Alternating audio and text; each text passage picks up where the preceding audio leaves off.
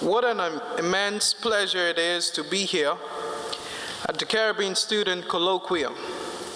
It is through forums such as these that we provide a platform for the region's youth to bring forth new and creative ideas that will take tourism to the next level. The youth represent the progression and vision for various countries, a vision that can only be manifested through fresh, young minds and innovative ideas. It is through these young eyes that we see the vision for the future of the tourism industry.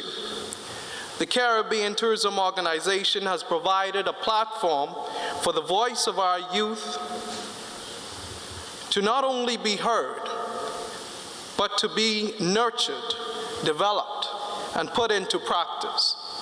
As leaders in the industry, we must all take the next step in providing a permanent seat at the table for our youth, respecting their voices, valuing their opinions, and providing the support necessary to transform their brilliant ideas into a reality.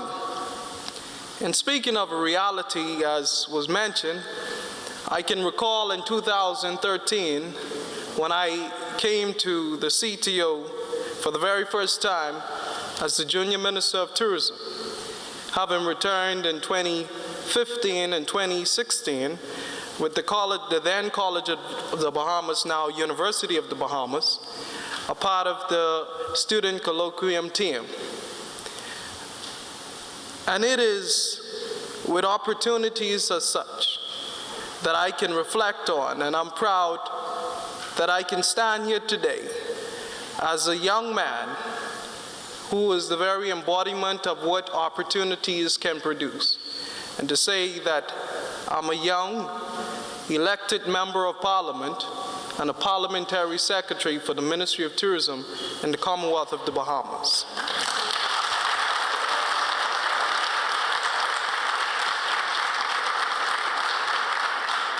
Like many of our Caribbean countries, tourism is a major industry in the Bahamas, supplying directly 50% of the country's jobs, with large percent of tourism workforce being under the age of 25.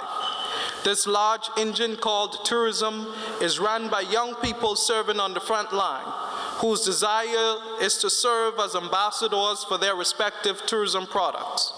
Globally, young people are viewed as a catalyst for change, who more easily embrace diversity, are technologically savvy, and environmentally conscious.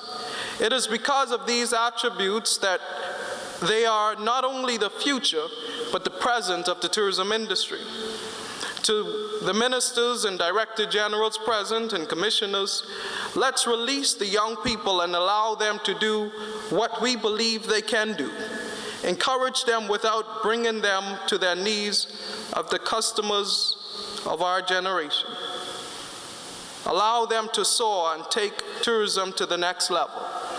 To our gifted and brilliant youth present today, we wish you all a lifetime of success in our precious industry. Continue to dream and dream big. Continue to share with your peers, even those who may seem, for the moment, misguided.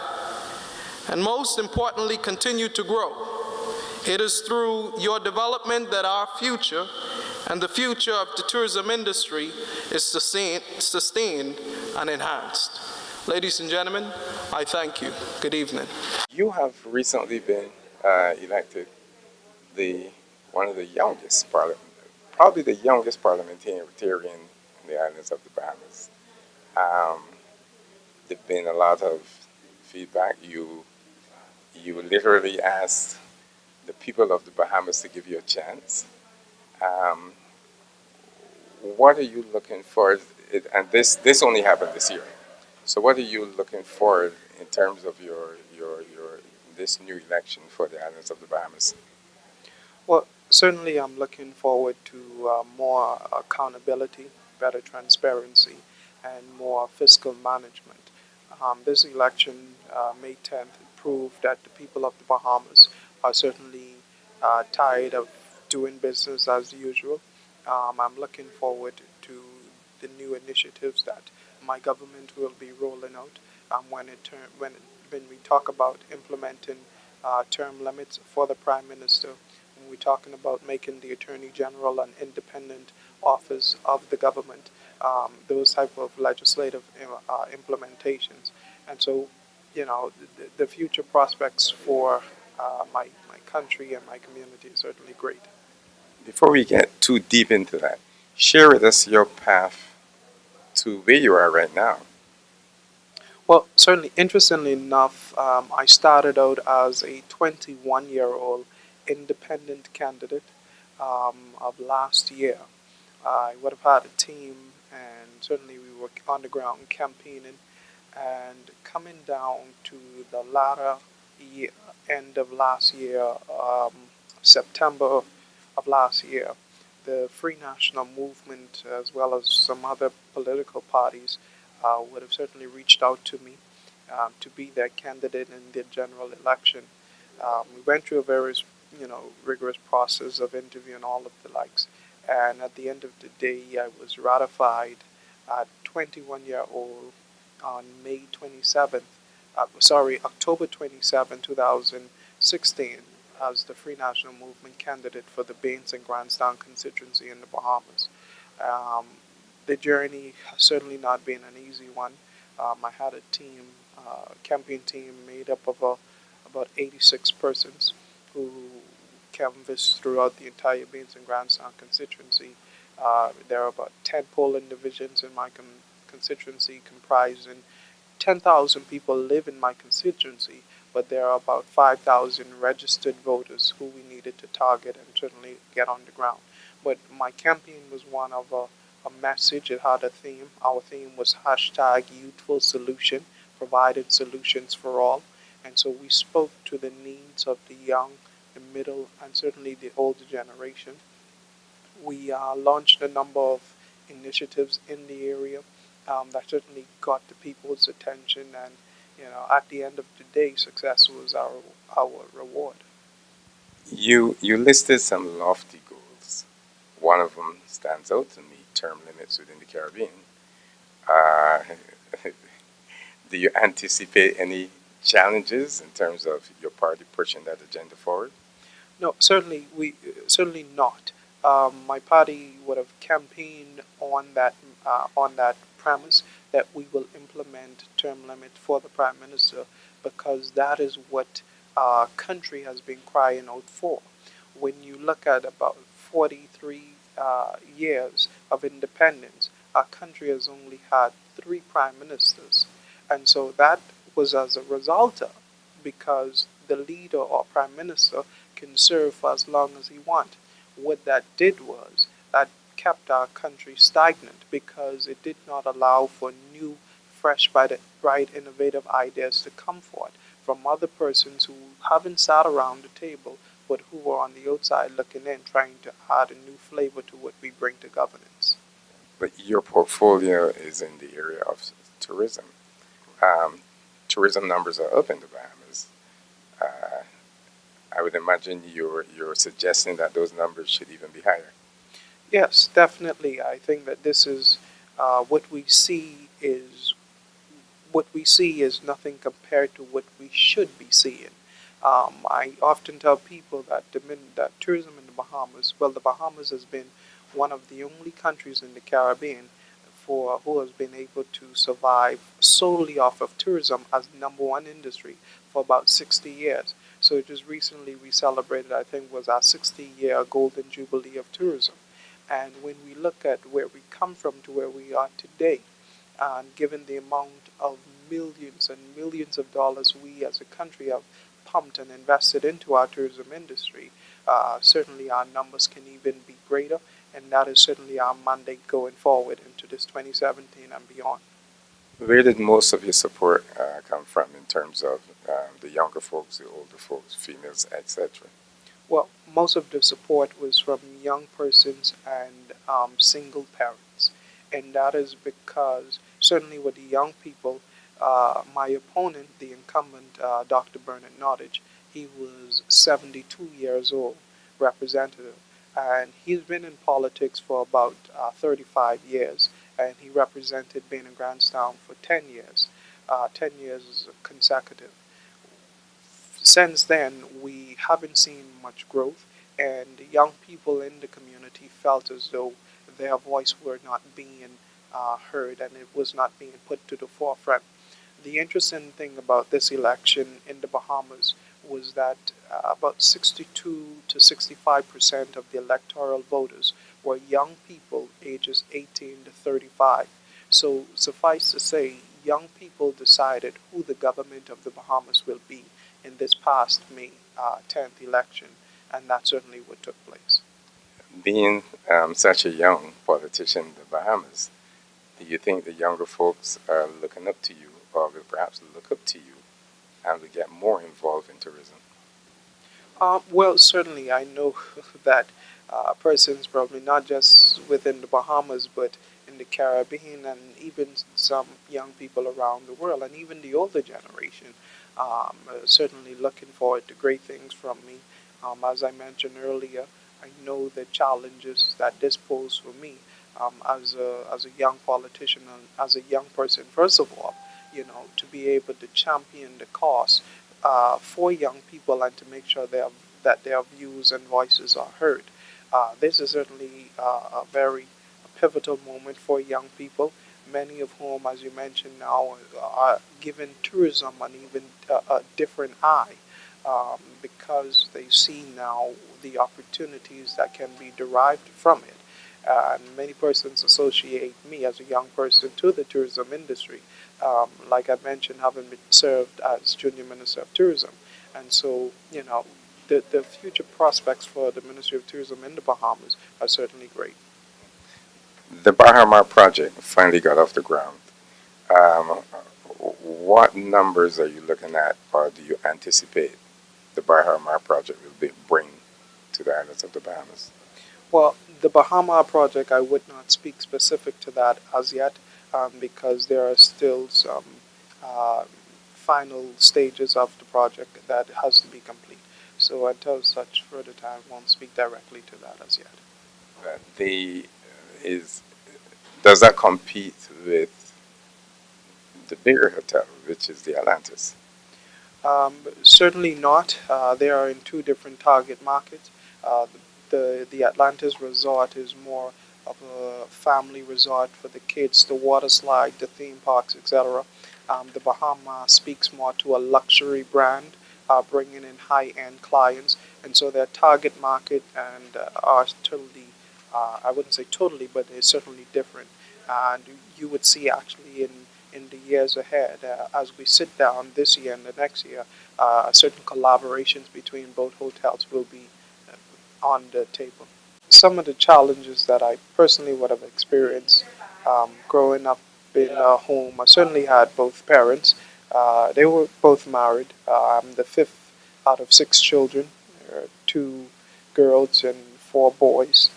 And when I think about me growing up in a home with no water, light, cable, phone, and the likes, the finer things or the more luxurious things in life.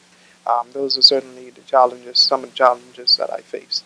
Um, Interestingly enough, I would have been considered what many people call an at-risk youth, and that's because of my involvement inside, or what you call gang-related activities. I have an interesting past. I often tell people the young man that you see speaking to you today wasn't always as well grown or poised as I present myself to be. And so, as I mentioned earlier, I would have been adopted in my eighth grade year by my homeroom teacher, and that is because in my school work I started to fall off or to get poor grades, as one would put it.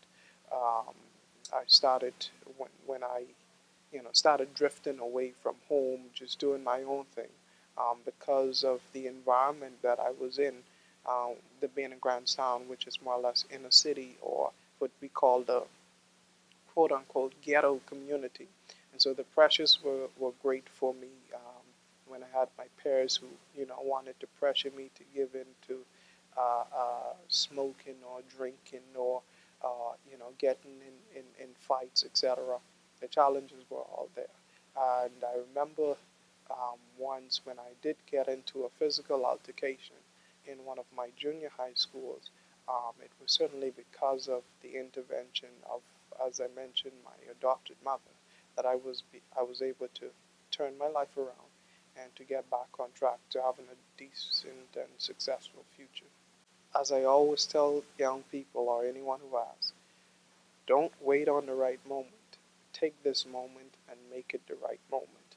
And that is because we often feel as young people that we don't have the education enough, we're not experienced enough, or we don't boast the financial resources enough to be able to venture into entrepreneurship or, to do what I have done, to go into politics and take on incumbent giants, etc. And my push to them is certainly follow your dreams. Now is the best time to pursue the dream. Don't wait for it. The longer you take to pursue your dream, the shorter you will fall to actually accomplishing it. Because at this young age, in my life, should I not have been successful, the next 5 years I could have gone after it again because I have the lifespan enough to do that. But if I did this when I was 65 years old and I lost out, certainly at age 70, the opportunities would have been even less than they were when I started out. And so the younger you are pursuing your dream, the more time enough you have to accomplish it and to correct any failures that you may have had in pursuit of it. In terms of investment, since we've opened this airport, we've seen a lot more interest in investing in St. Vincent and the Grenadines, which is a big thing for us in terms of some of the name brand hotels looking to come into St. Vincent and the Grenadines, so we're happy about that. We also opened earlier this year Pink Sands Hotel on Canawan, which is above a 5-star hotel, 60 rooms, but exquisite, something that everybody should see. And then last month we opened Glossy Bay, which is a new marina, state-of-the-art marina on Canawan also. State-of-the-art, nothing like it in the Caribbean. As a matter of fact, they can only 2% of the yachts that are in the world. They can only not take 2% of those yachts. So things are looking up for St. Vincent and the Grenadines, and we're very happy about the direction we're moving in. You started off speaking about Argyle Airport. I know the project started in 2008, and there were several setbacks. Now you're all excited that it has opened. It took a whole lot to bring that project, to lift that project off the ground, since you had to remove literally some mountains and some valleys, span 2 rivers, remove a church, remove a cemetery, over 120 homes. So yeah, we literally had to move mountains to get it. But it's a project, it was a chicken and egg situation. You wanted investors to come in, but they were saying, well, it makes no sense to invest because how are you going to get your passengers there? And then you want to build the airport, but build it for what? Because you don't have the room capacity. So the government took a very strong stance in making sure that they needed to construct this airport, and give credit to the government and what they did to make this a reality for the people of St. Vincent and the Grenadines. Where does that put Arnesville? Arnesville is fully closed now. For those who don't know, St. Vincent and the Grenadines has 5 airports, the largest of which is Argyle International Airport, another one on Beckway, Mustique, Canawan, and Union Island. The new Argyle International Airport also has the second longest runway in the English-speaking Caribbean right now. It's also solar. Some of it, no, not all of it is solar. We're moving towards solar. We have a lot of projects coming up in terms of solar. We have a geothermal project coming up, which is partly funded by the Clinton Foundation out of the United States. So we have a lot of things going on that will really move St. Vincent and the Grenadines forward. Where are you in terms of the cruise industry? Well, we grew by about 100,000 passengers this year, and we're hoping by next year we'll be doing another 130,000 passengers. I think you'll see, especially with the airport now on stream, a lot of different things open up for us in terms of marketing and everything, because now we can have a call to action. We can actually use St. Vincent and the Grenadines as a home port or partial home port for some of the cruise ships now, because the airport is only about 20-25 minutes, approximately 20-25 minutes outside of Kingstown, so in very close proximity. Let's switch topics a bit. LIAT. A number of our small destinations rely on LIAT, and LIAT has its challenges.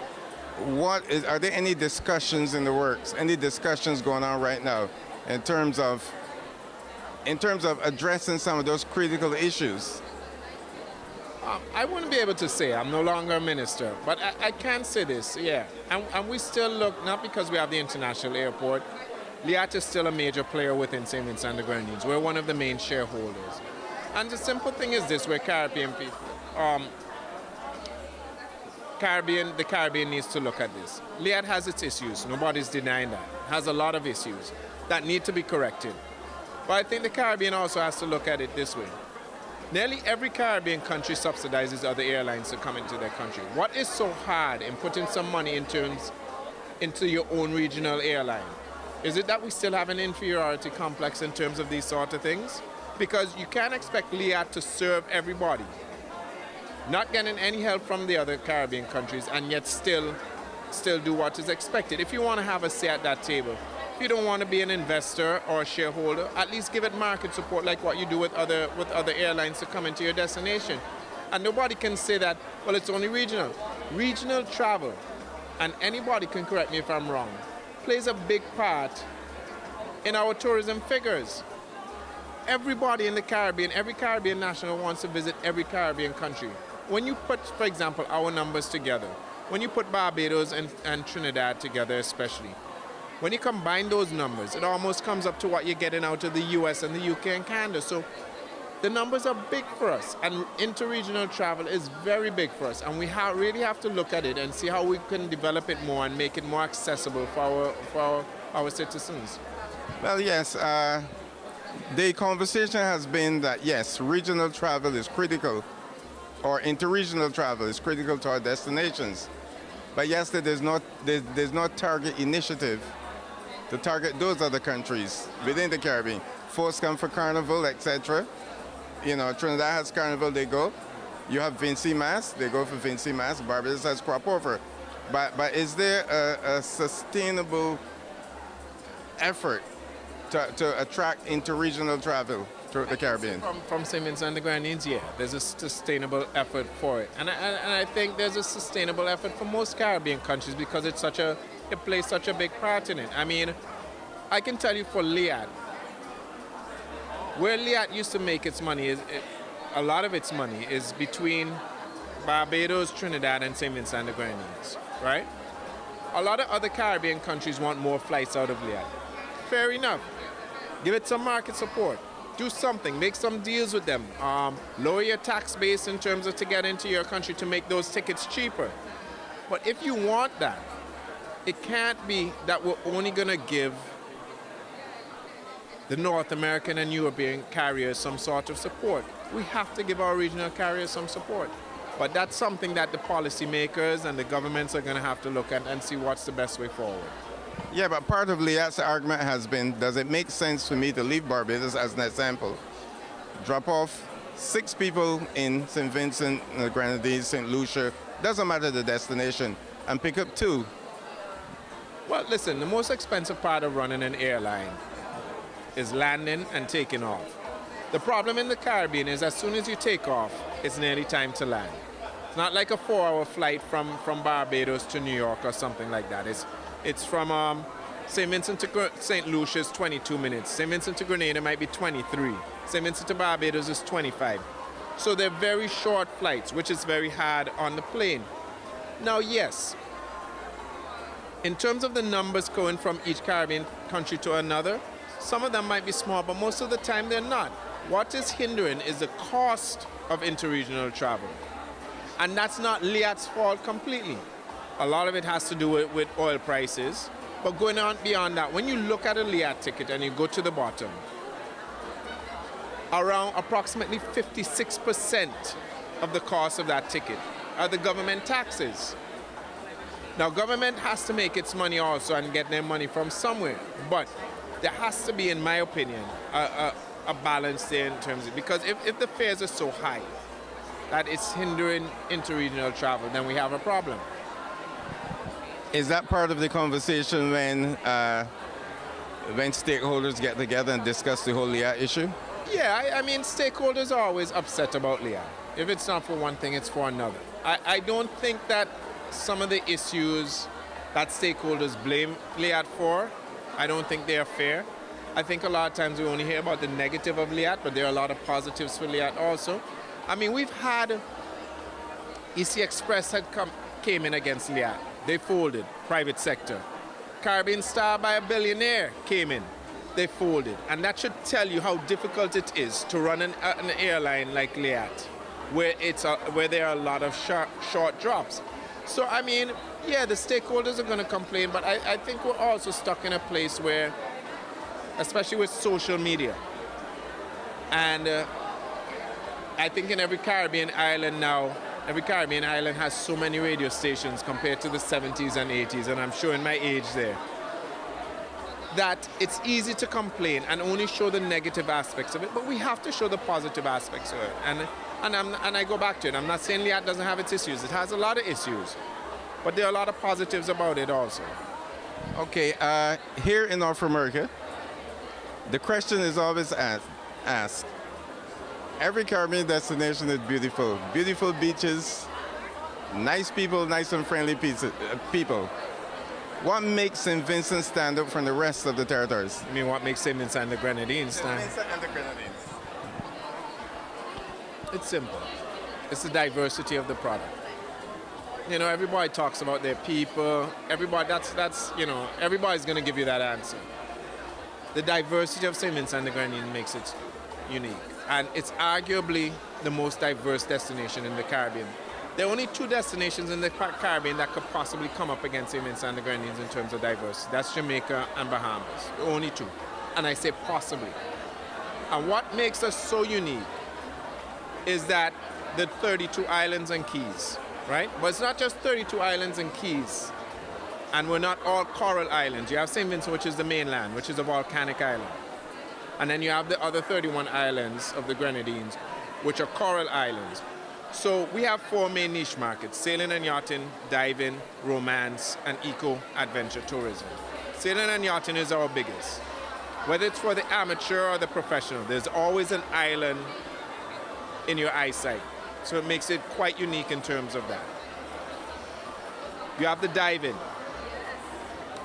On mainland St. Vincent, because it's a volcanic island, you have the cliff diving and you have the small critters. And some of the critters you can only be found in St. Vincent and the Grenadines. Then you go down to the Grenadines, you have the coral islands where you dive with the turtles, sharks, you know, sunken treasure, and sea wrecks and so on. So you have both types of diving in St. Vincent and the Grenadines. There's no other Caribbean country that offers that.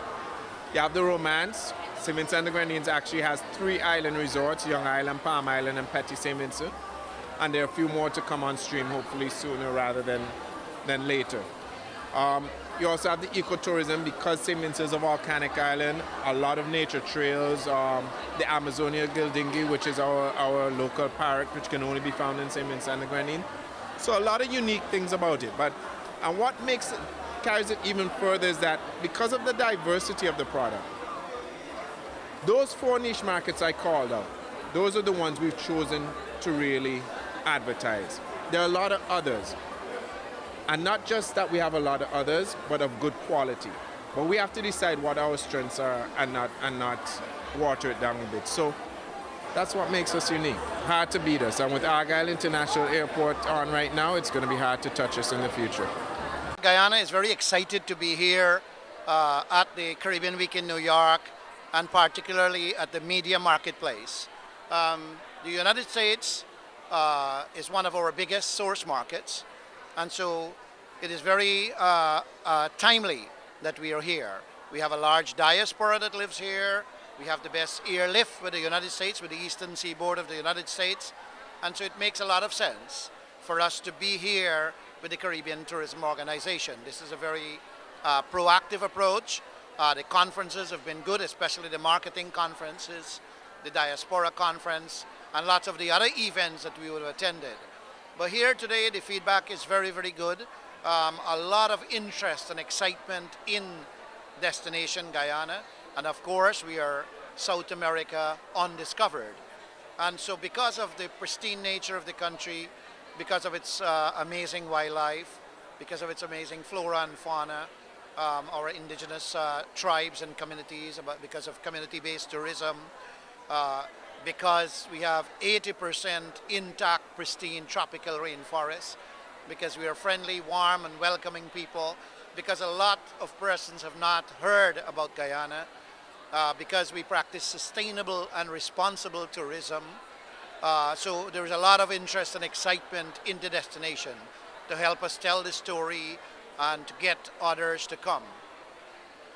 This provided a major platform for us as well to present ourselves and to promote Destination Guyana. Our approach and the government and the country is committed to a green economy and to green economic development. And so that sells with anyone else. We are off the beaten path. We are the only English-speaking country in South America. And so the allure is there. The interest is there. A number of travel writers would have approached us. They really, really want to come to Guyana to help share the unique and interesting Guyana tourism story. And so we have seen last year an increase in arrivals, and that's about 13.6% increase in arrivals among 5 countries, CTO members who would have recorded double-digit growth. So far for the first quarter of this year, we would have recorded a 6.5% growth. So there is a lot of interest, not only because we are off the beaten path, but because of our location, because of our relatively being unknown, because of the wildlife, because of the pristine nature of the country. There is a lot of interest for adventure tourism, for nature tourism. We are a top bird watching destination as well, and very big on ecotourism as well.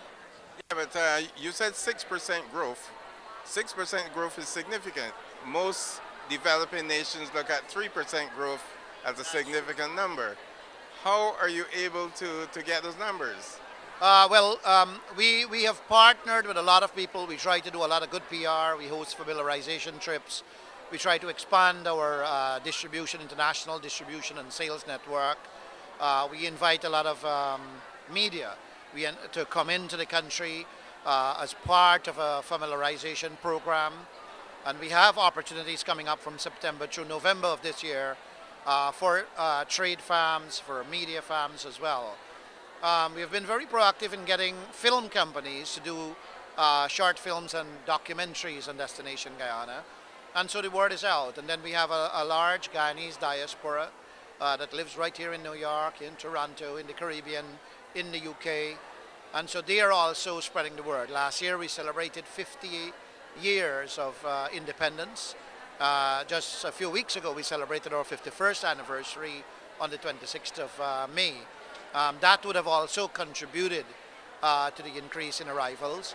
We are working on expanding and improving airlift. Currently we are seeing a huge influx of Cubans into Guyana. They're coming mainly to shop, and they're staying, they're spending in Guyana. And so we want to continue to work with them to expand that. We had seen big increases for this first quarter from the Caribbean, where the Caribbean has actually, for the first quarter of this year, surpassed the United States in terms of arrivals. And that again is testimony to the airlift, to the improved marketing, and the improved relations, more visibility, more branding for Destination Guyana. So I think we're doing the right things, and we're always looking for destinations, for tour operators, for media to partner with, to help to sell and distribute the country, and also to help to tell the story about Destination Guyana. Geographically, Guyana is in South America. Culturally, you're Caribbean. From a Caribbean perspective, the Caribbean sells its music, its food. There's a lot of focus on food, a lot of focus on music. What does Guyana offer in terms of that? And is there a sustainable approach to marketing those products? Well, definitely. Guyana is basically the breadbasket of the Caribbean. Ghana's massive land space, fertile coastal plain, and we produce a lot of food, seafood, agricultural products, and organic products at that as well. So we have tremendous potential. Matter of fact, Guyana has one of the smallest food import bill of all countries in CARICOM, and we are a net exporter of food as well. So we produce most of our food, our sugar, our rice, all the vegetables, our seafood. We do not import beef, we do not import lamb, we do not import chicken, we do not import a lot of other critical items. It's grown and produced in Guyana. Food tourism or culinary tourism is big in Guyana because one can have a variety of dishes because we are 6 people living together and 9 indigenous tribes. And so one can have a variety of foods in Guyana, and many are unique to Guyana. So from Indian to Portuguese to African to European foods to our indigenous cuisines, we have it all.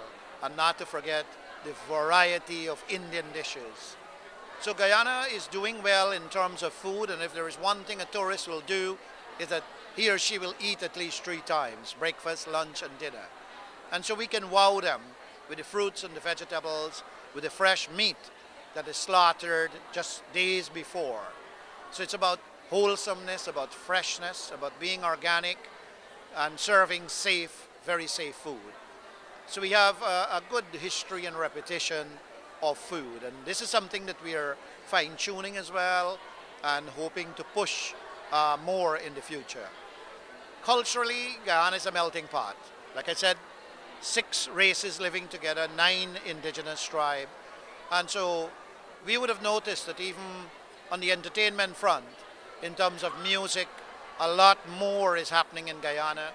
Matter of fact, a lot of persons in the Caribbean come to Guyana and have some of the biggest shows.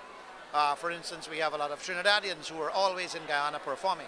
But we have a lot of Guyanese who are also performing in Guyana, in the Caribbean, and abroad. And so it's an area that is receiving a lot of focus and development because, you know, events and entertainment are basically like the pulse or the heartbeat of a destination. And it's a new form, a new way of exporting your culture through your music as well. With the recent discovery of oil, a significant find of oil off the coast of Guyana, do you see the government making a sustainable effort, a continued sustainable effort to push your tourism product? Exactly. Oil is no hindrance to tourism development. The government of Guyana is very committed to a green economy and to sustainable tourism and sustainable economic development. The revenues from oil will be used to further tourism development. It would help to conserve more areas in Guyana. It would help to develop the infrastructure. It would help to provide better quality education, better quality health, better sea defenses. It would help and be plowed back into the economy for green development and green energy development at that. And so it plays a major role in boosting tourism and other sectors of the economy. It would help to also, the revenues coming in would also help to make us more competitive, not only as a tourism destination, but help us to boost our manufacturing capability and capacity so that we can compete and export more as well. So oil is a blessing in disguise. It's a natural resource, and Guyana's endowment in terms of natural resource has always been terrific. With this new find, we'll move now from an oil importing country to an oil producing country. And so the revenues, like I said, will be used to continue sustainable growth, sustainable development, green energy, and to build on a green economy.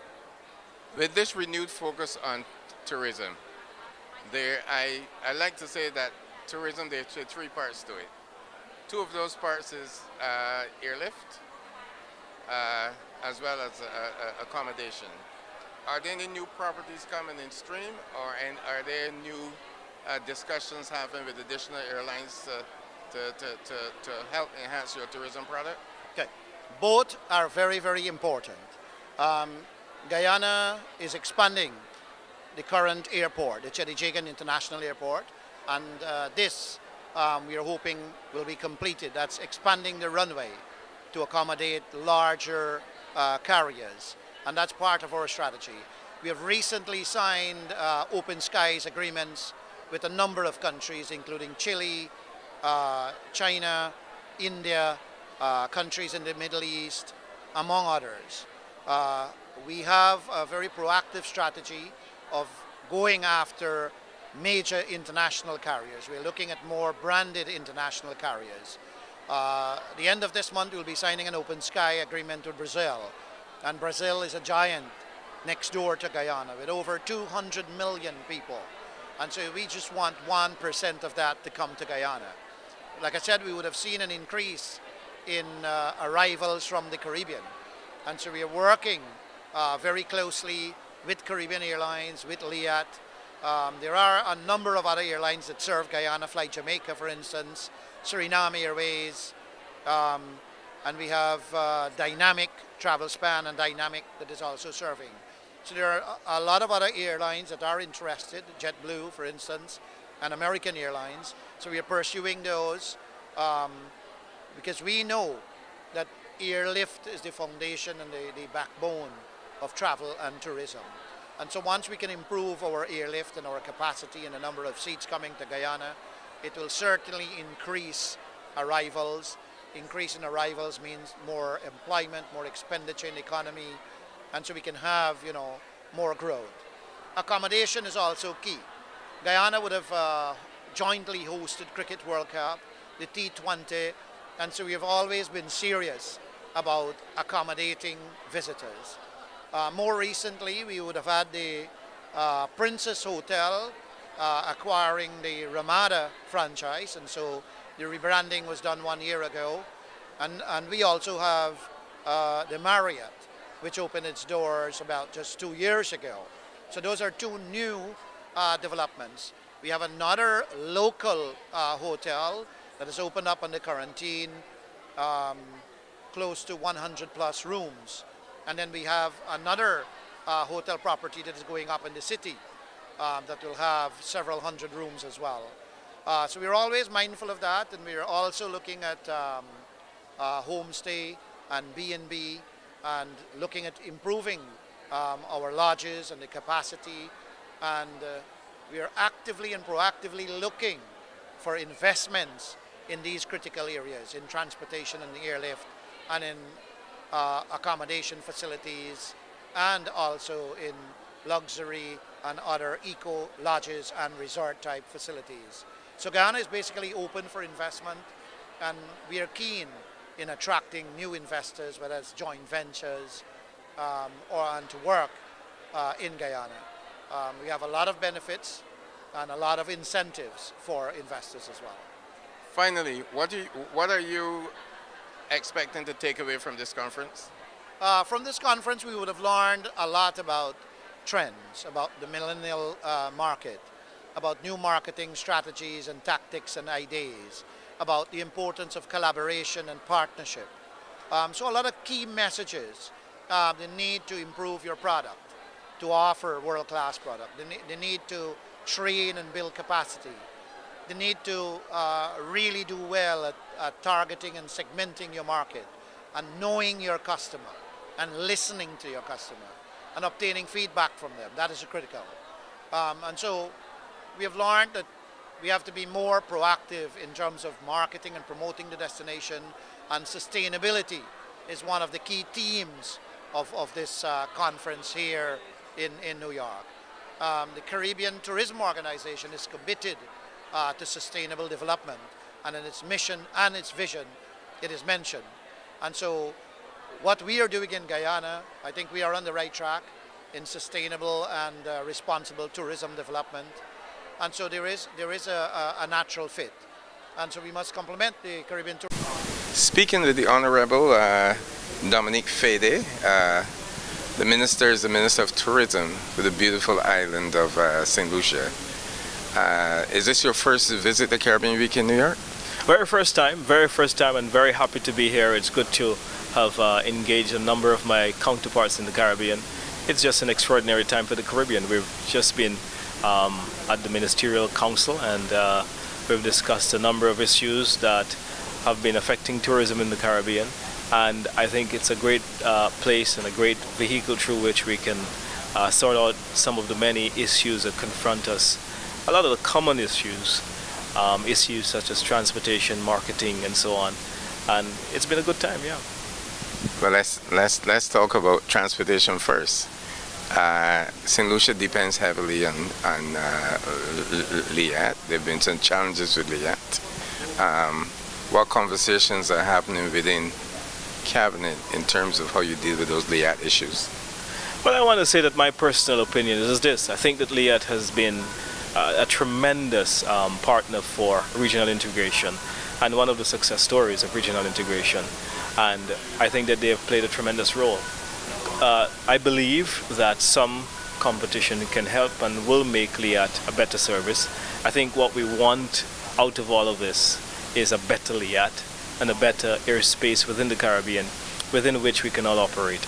And if there is a successful LIAT and a successful other airlines, then I think that we would do very well as a region. So diversity is very good.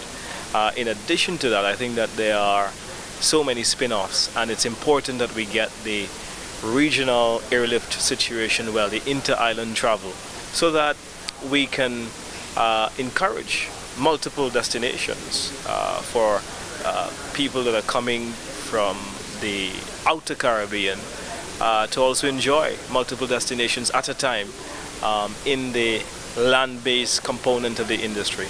At present, you can do that via yachting and cruising, but I think that the airlift situation getting organized would then allow that other option. While LIAT has its challenges, isn't part of the problem the high taxes that are imposed by governments? Well, I think that governments are always going to be looking for opportunities to see how they can yield in terms of their own revenue and fiscal situation. You look across the Caribbean, and one of the things that we have in common, with an exception to a few islands where the CIP program has done very well to bring about a lot of revenue, is that they do have fiscal challenges, and governments will have to find creative ways to see how they can extract as much revenue as possible so that they can replace their, by and large, deficit budgets that they've been running for decades in certain instances. And so how they can narrow that deficit gap is very critical and crucial. Don't want to put you on the spot, but yes, you talk about being creative in terms of getting revenue, but air travel increases revenue. So if it's made harder to travel, how does that increase revenue in terms of achieving your objective? Well, there are a number of things. I don't think that people only go to a destination based on price. I think that each destination has to look at its product, has to look at the profile of its customers, and has to see what is the average cost of a holiday package or a vacation package, and then determine what level of taxation that destination can afford. And I think that it's not for me to say, it is for the individual countries to actually make that analysis. There's something also called the equilibrium in economics, and there's a point where demand and supply actually meet each other. And I think that it is for all of us to find that right balance between taxation and its implications for demand without it affecting demand. So I think that I would have to trust the economic prowess of the various countries, and it is for the individual countries to decide. There have been a lot of reports out there in the news in terms of other destinations contributing towards LIAT. Part of the conversation deals with the fact that St. Lucia doesn't contribute towards LIAT, yet benefit tremendously from LIAT. What is your government doing to address that? St. Lucia is also a very sought-after Caribbean destination, and it's one of the profitable routes for LIAT, and I think that the numbers will show. So I believe that there are a number of different things that will contribute towards the need to attract airlift, and if an airline believes that it can do without a destination, and the only way it can fly to that destination is because of additional support, then it is up to that airline to negotiate with the respective governments on those issues. I think that St. Lucia, by and large, we're thankful for the services that LIAT has provided for us, but can LIAT become a better organization, an organization that delivers on time, an organization that can run more successfully as a business? We think yes would be the answers to those questions. But certainly, do we see LIAT as playing an integral and essential role to the overall regional transportation system? Absolutely. But what we're also saying is that LIAT has got to improve. Okay, let's talk about what St. Lucia has to offer. Let's talk about St. Lucia comprehensively from a tourism perspective, now that we've got LIAT, out of the way. To a visitor who's never heard of LIAT, who've never heard of St. Lucia, looking to travel to St. Lucia, what does St. Lucia have to offer? And I know it is popular to say that we've got beautiful beaches, we've got nice people. But I can say that about Barbados, I can say that about Jamaica, I can say that about Antigua, Anguilla, etc. What makes St. Lucia so unique? St. Lucia's got a unique soul. It's an amazing place. The landscape, the topography, the mountains make the island so sexy. It is incredible to come and to see the pitons. It is incredible to come and to bathe in a mud bath in one of the world's only drive-in volcano. It is incredible to come and to see real rivers and real waterfalls. Really, St. Lucia belongs to another part of the world, but it is in the Caribbean. It has got so much rainforest, so much vibe. There's an aura about the place. So much is going for it. We have got a formidable chocolate industry. We've got romance. In fact, I didn't say it, but the leading travel professionals in the world, they've actually, in the last 15 years, voted St. Lucia 9 times as the world's leading honeymoon destination. That is a big statement. And that alone says to you, when you've got people who are avid travelers, who have been around the world, and then they say to you that this is the most romantic place on earth, that says to the average honeymoon seeker that this is the place that they must go. We invented the no fourth wall concept in the Caribbean. So hotels like Jade Mountain and Ladera, where Oprah visited and said to the world on her show that this is one of my top 5, you must go. It's part of the reason why Sandals, for example, has just announced that they are building their 4th resort. And if a company like Sandals that has been so successful has decided that St. Lucia is a significant part of its growth strategy, it tells you that there's something special about that destination. So what I like to do, I like to go beyond the fluff of what ministers and travel tourist board people say, and I look at the facts, and the facts are pointing to one thing, and that is St. Lucia is a remarkable destination, an amazing place for people to visit. You know, Derek Walcott, who is our Nobel laureate for literature, and he's one of the finest writers this earth has ever seen. I don't think that Derek Walcott could have done justice to the beauty of St. Lucia. I think you've got to come and you've got to feel the place. You've got to feel the aura so that you can understand its trueness and its St. Lucianness. Where is the government support in jazz at this moment? Well, the government is supporting a summer festival. The Jazz Festival was the main tourism marketing event. So what you're seeing now is a strategic restructuring of our marketing efforts. So what obtained previously is that we had this Jazz Festival, which really exhausted about 1/3 of the budget from our marketing.